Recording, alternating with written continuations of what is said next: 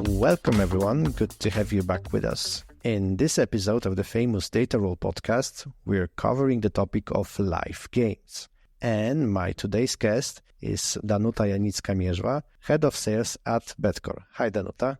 Hello, very nice to see you, Stanisław, and thank you very much for inviting me for the podcast. I hope that I will be able to answer your questions in an interesting manner. I'm 100% sure about that. So glad to have you today with us. And let's hit the road. So basically, how about the mic goes over to you if you might just give us a few words of presentation, what you're doing at Betcore, etc.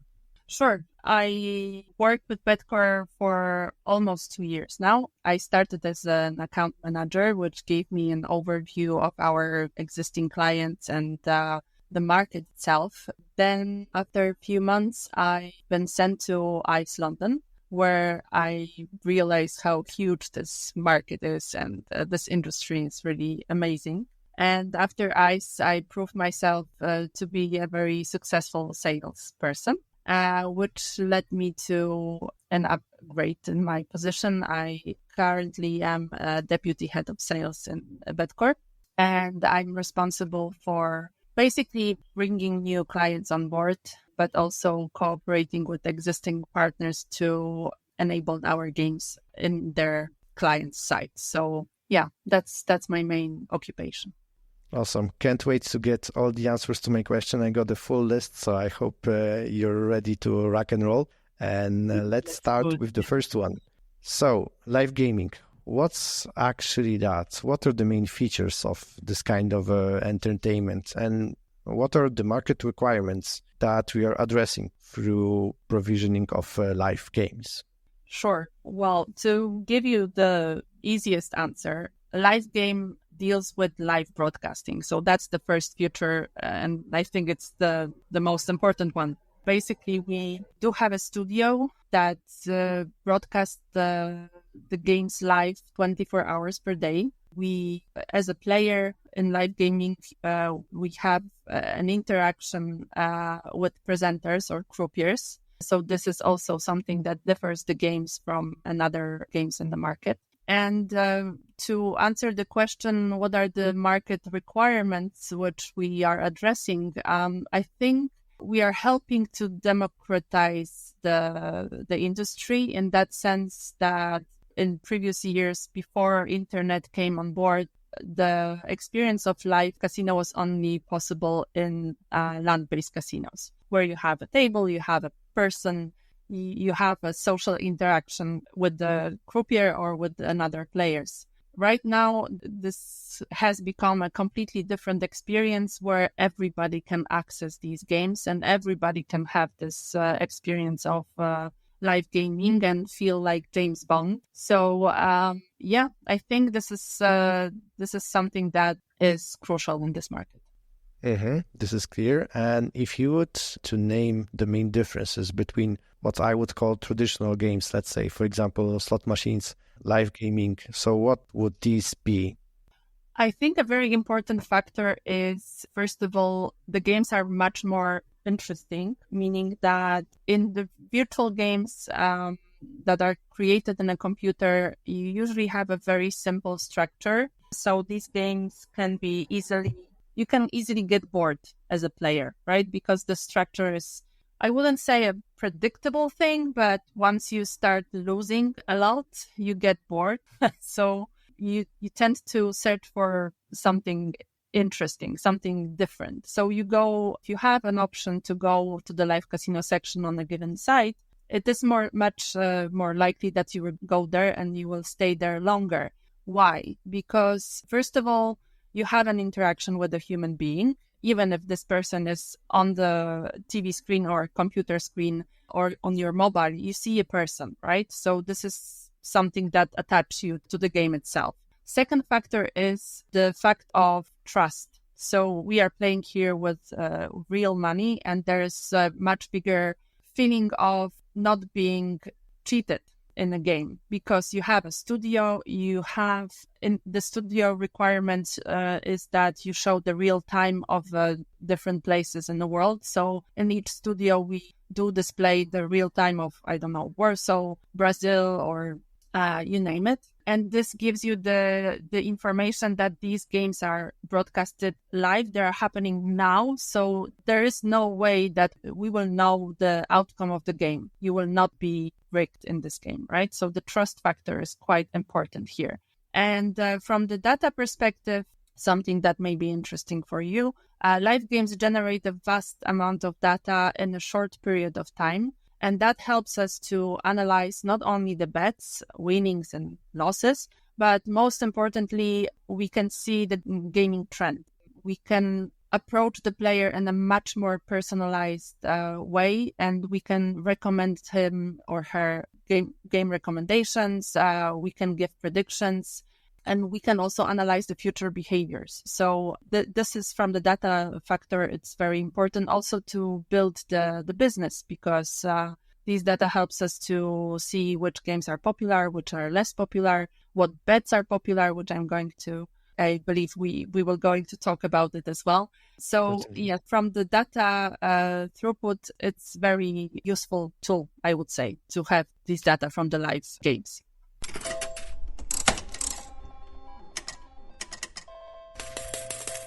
Before we delve into the data world, I still have a few questions which are tackling more of the big picture. And for example, what comes to my mind is customer experience. So this is something that is trending in the recent years. We want to focus on providing the best customer experience. In our context, is about the gaming experience for the players. And how does the interaction with the live dealer affect this gaming experience? Well, first of all, you have unpredictability, I would say. So you interact with the person. You cannot predict that person's behavior. She's going to, or he's going to present the game, but still it's a live human being. So there is this a completely different experience when you compare this to virtual games where slots you have, I don't know, fruits, which changes in a quite predictive manner. And it's not something that, as I said before, it's not something that will attract you for a longer time in the game, right? So attractiveness of presenters plays a huge role here, and the higher attraction of the croupier or presenter, that gives the higher attraction of the game itself.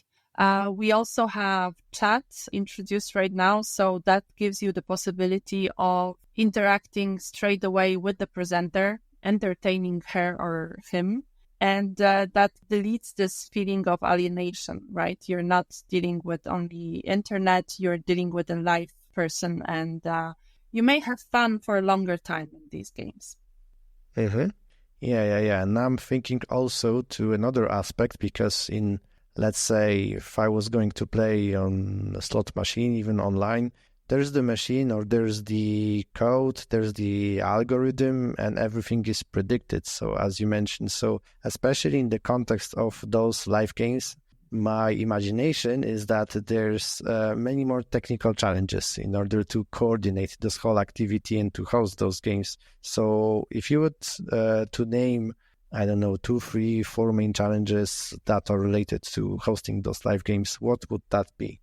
That's a very good question. And I think I could divide it then into 3 categories. So we can talk about data throughput, we can talk about human interactions, and we can talk about legal aspect. And if we are thinking about the throughput of data, we are dealing here with the real time. So we need to assure that streaming is delivered in a reasonable time to any part of the world without delays.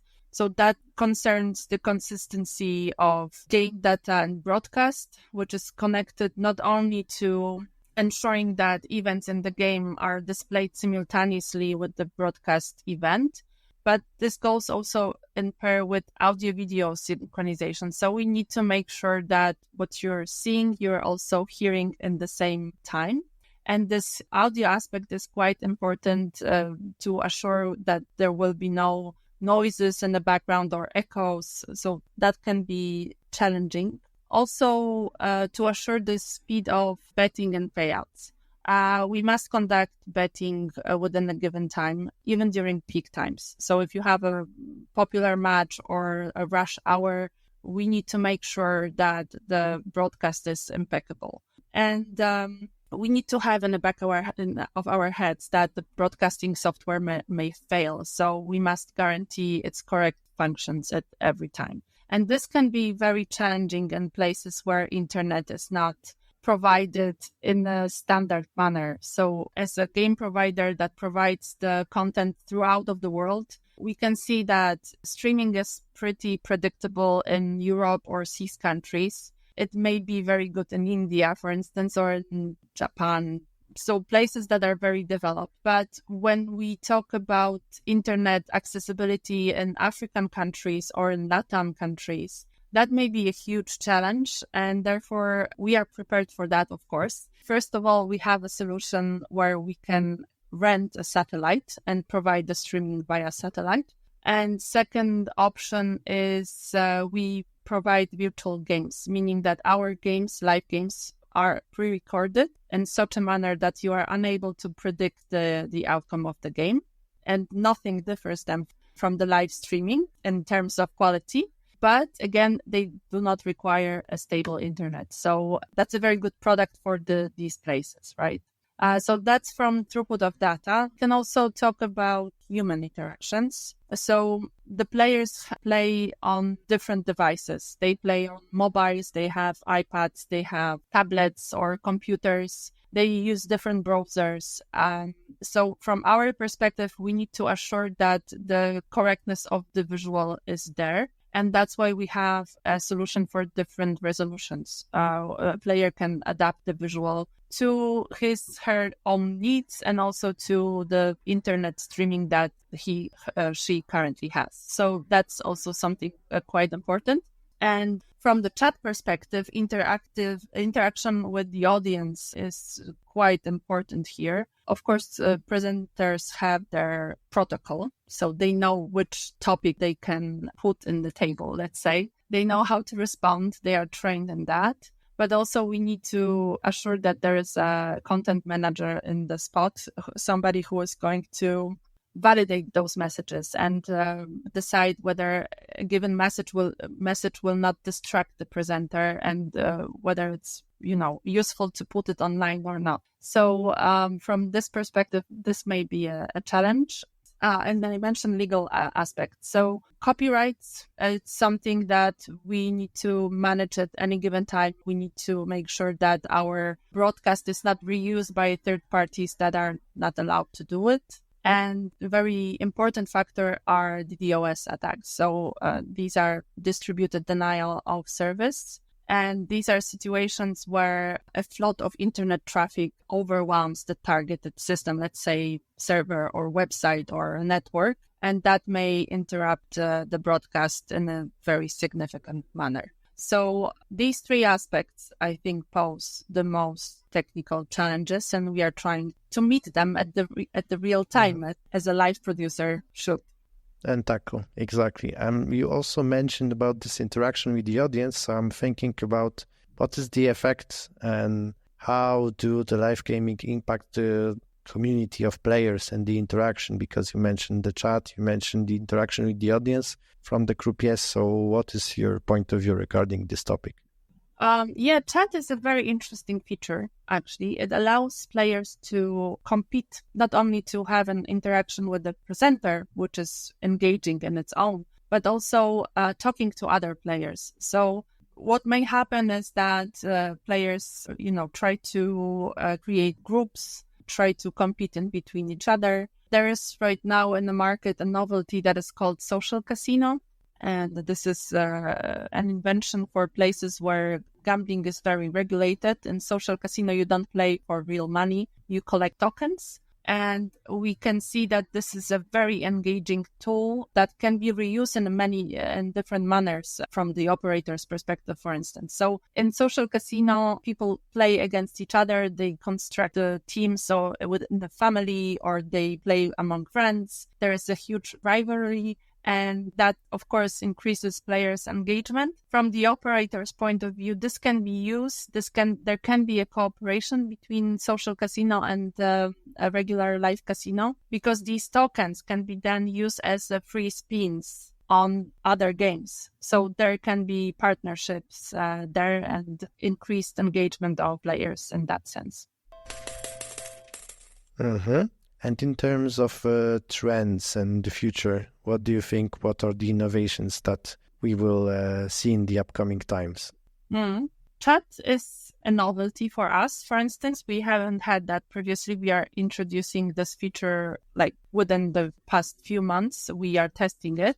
So that's a novelty that can engage players into, as I said already, interactions between them and croupiers or them and other players, which can be much more engaging. So yeah, and that gives you this, that I also mentioned, there is a lack of this alienation because you do talk with somebody that is out there, right? So if you are a lonely person, that can be something that will keep you more engaged in front of the screen. But from the novelties that I'm looking at right now in the market, AI is being introduced quite commonly, especially in Asian countries and by Asian operators. So this feature is interesting, of course, for many reasons from the operator's point of view. However, for producers of the games like ourselves, I can see a huge danger, because if you are a producer of niche games, you have much less opportunity to be promoted on those websites, because AI decides about popularity of the,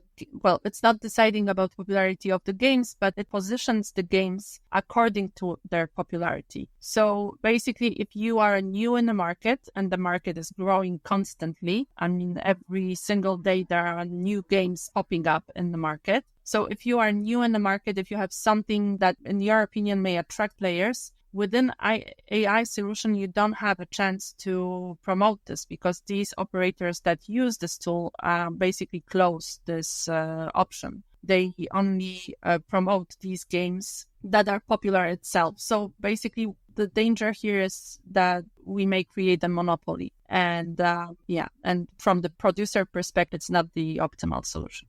There's certainly always some side which is, let's say, an opportunity, and there's always risks associated with every change and every breakthrough, even technologically speaking. Now I'm thinking also about the contribution of live gaming into the development overall of the online gaming industry and the benefits for the operators that offer live gaming. What would these be as from your side? I think there's this aspect that I already mentioned, that classical virtual games are repetitive. And if you have live games on your website, that means that you give much richer portfolio to your player and you make them engage and game much effectively. So if they are bored with one game, they are going to another section, they are going to live casino or to TV games as our product, and they can bet there with bigger engagement, I would say. Especially, for instance, we provide lotteries, and many places in the world like Africa or LATAM, these two continents seem to be connected in such a way that in both sports betting is very popular, and on the second position there are lotteries. So we provide in Keno, which is the most popular game of ours around the world, we provide communities with entertainment that they seek. They basically understand these games. These games are more involving for women, for instance. Even in our country, in Poland, we can see that Lotto is very popular, and we have sports betting and Lotto, right? So we have also these two categories, which are the most popular in our market. And therefore, as a live game producer with lotteries, we are winning many markets. And you, as an operator providing these games, you are increasing your turnover immediately, because this is something that people go to straight away, right? The other thing is that iGaming world is very it's diverse in that sense that games need to be adapted to specific geographical needs. So, for instance, from the perspective of operator, if they would decide to construct their own dedicated table or their own studio with lottery, it will be not only a very good factor for them in terms of turnover, because you don't involve any third parties there, you have your own business, but also you can adapt the game to the needs of the market. So, for instance, in CIS countries, we can observe that the presenters are very, how to say it, they are not so expressive in terms of their body language, right? They stay straight, they don't move too much, they don't smile too much, they're just friendly. However, there is no expectation that they are going to suddenly start to dance or jump or whatever with excitement, right? There is a certain protocol that fits. And if you think about LATAM countries, there is a completely different expectations towards how the presenter should behave. And there is much bigger expectation of show game. So basically they are waiting for presenter to dance or to, be smiling or laughing or being happy with the fact that somebody just won the game.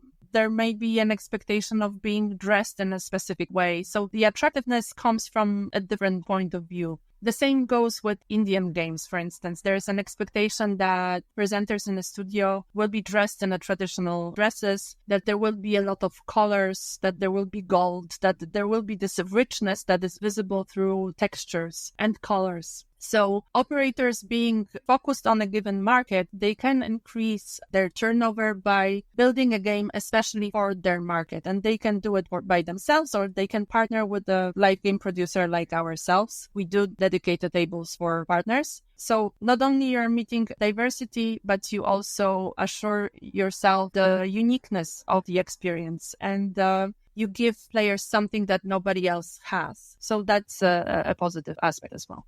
Awesome. Really awesome. Now, I think it's time to move to my favorite part. So data. What live gaming data do we collect when we are a live game producer?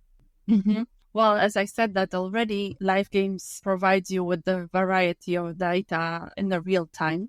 These are very, very valuable information, which are crucial for making strategic business decisions. And to give you an example, we are not only collecting betting data, as I said, winnings and losses, which gives us, of course, the information about the size of bets, the frequency of placing them, and so on. But we can also predict the user behavior, because we collect this data that shows us that how much time the player spends in a game, which game he or she selects. What is the interactivity of the games? Which bets they're planning to choose or choosing?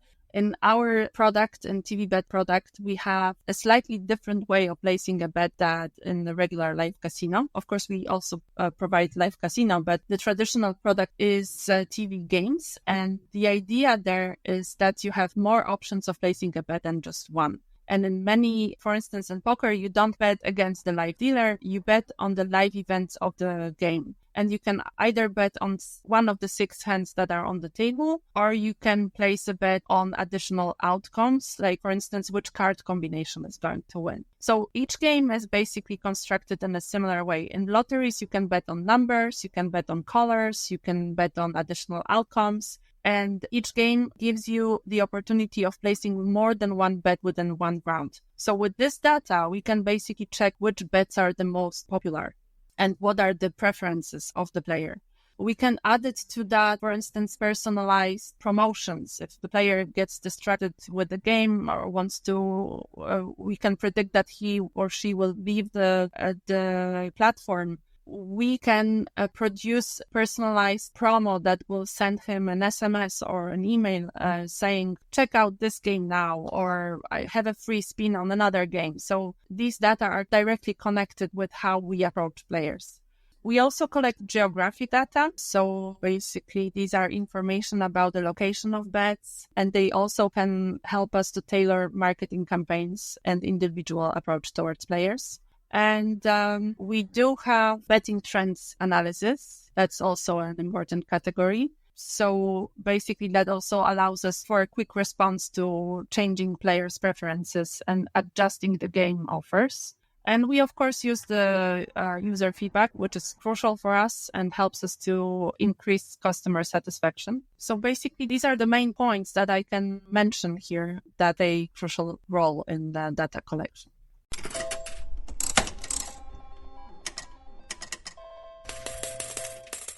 This is clear. And I also like to talk about analytics because what we discussed now is like different data points that you may collect. You also mentioned few use cases. I'm interested in the approaches to analytics, different techniques. What do you use? What's your approach to slice and dice the data? Yeah, sure. To better understand players' preferences and behaviors, operators can undertake a range of analytical and strategic actions, and so do we as a live game producer. We can do, for instance, player segmentation. So through data analysis, players can be grouped according to various criteria like game preferences, frequency of play, or the level of spending, let's say. So again, this is connected to further actions towards more personalized communication and promotions. We can do A/B testing, which is an approach where we can conduct tests on different elements of the game. And that helps us to understand which changes resonate best with users. We can use also predictive modeling that through learning algorithm, help us to analyze collective data. And that helps us to predict future player behaviors. For instance, we can predict whether a player wants to leave the website, leave the game. We can also have a prediction if there is going to be a potential big wins. So this predictive modeling is very useful also in our work. And last but not least, we have real-time monitoring and response. So this feature helps us to immediately respond to player activity, and we are sending him personalized messages. So this is something that I already mentioned, and this helps us to keep the player involved when he seems to be discouraged or considers quitting the game. Mm-hmm.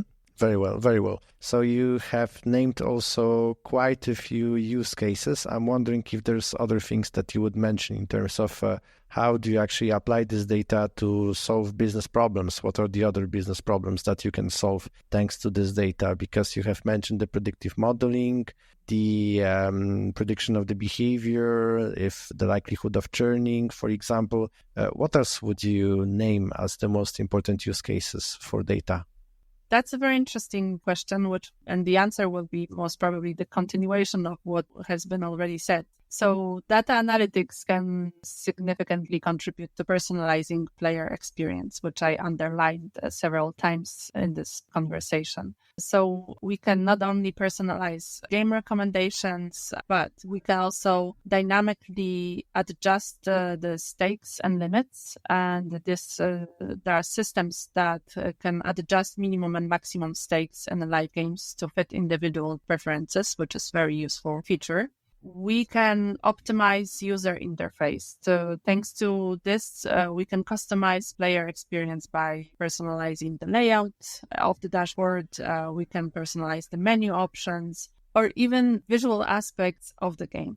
We can track sentiment and interaction analysis. So these tools can gather information from live chats, comments, or reviews to understand what players think about the game and which elements may require improvement. So that's a very interesting feature as well, which we are using constantly. We can adapt our offer to VIP players thanks to this data analysis. So for high status players, we can have exclusive offers. We can dedicate an account manager that will take care of their gaming experience. We can as well prepare special events and bonuses that will reflect the VIP status. So that's a feature that is quite popular. And among promising solutions that could be also mentioned in the technical novelties, but I actually forgot about it, we have a chatbot assistant, which is a relatively new tool. And the chatbot significantly enhances level of personalization and support for players. So it can immediately answer to players' requests. It can, with the prepared scenario. It can offer assistance if there are some problems on the website. And last but not least, it can also serve as a personalized assistant in information about promotions, right? So be able to target the players individually and send them the message. So the chatbot is a tool that helps us a lot in our work. That's perfect. Wow, I'm really impressed with the broad variety of use cases that you guys are deploying. So the last question from my side for today will be, again, about the challenges, but now from data analytics perspective. So in the context of live gaming, what are the biggest challenges when it comes to data and analytics? Yes, this is something that I mentioned already in this conversation. Most important one is high data throughput. So live games generate vast amount of data in a short period of time, and processing this data in real time requires advanced systems and powerful infrastructure. So this is something that without which you cannot really do the business, right? And you have to assure that this is something that is present in your company. Another aspect is integration of data from various sources. So given the large volume and diversity of data, we need to integrate them into a unified system that assures efficiency and analysis. And that may be a challenge if you don't have, servers that will take this into their power. And if you don't have infrastructure that would be able to assure that. And last but not least, I think detection and response to anomalies. That's something quite crucial. So in our work, it's very important to quickly detect and respond to anomalies, such as, for instance, suspicious player behavior or potential fraud. We have a data analytics department in our company that basically tracks the games constantly and tracks the players' behavior. And without it, we couldn't gain any trust in the market. So this is really something crucial to be present in this industry. Perfect. Thank you very much for today, since this was my last question. It was great to have you with us. Thank you so much for the invitation. It was really a pleasure to be here with you and to answer your questions. I hope that this content will be helpful for others. And if you have any questions, you can find me online on LinkedIn. Just don't be afraid, right? I'm 100% sure it's going to be like this. Just to recap, today we discussed the ins and outs of live games, what these are, why they are important, what's so specific about them, especially from a game provider perspective, but also as an operator. Finally, we discussed how the data fuels the creation and analysis of live games, allowing to strengthen decision-making for live game producers. That's going to be it for today, so remember, no more bets. This was Stan, signing off right now, and remember, keep rolling with the data.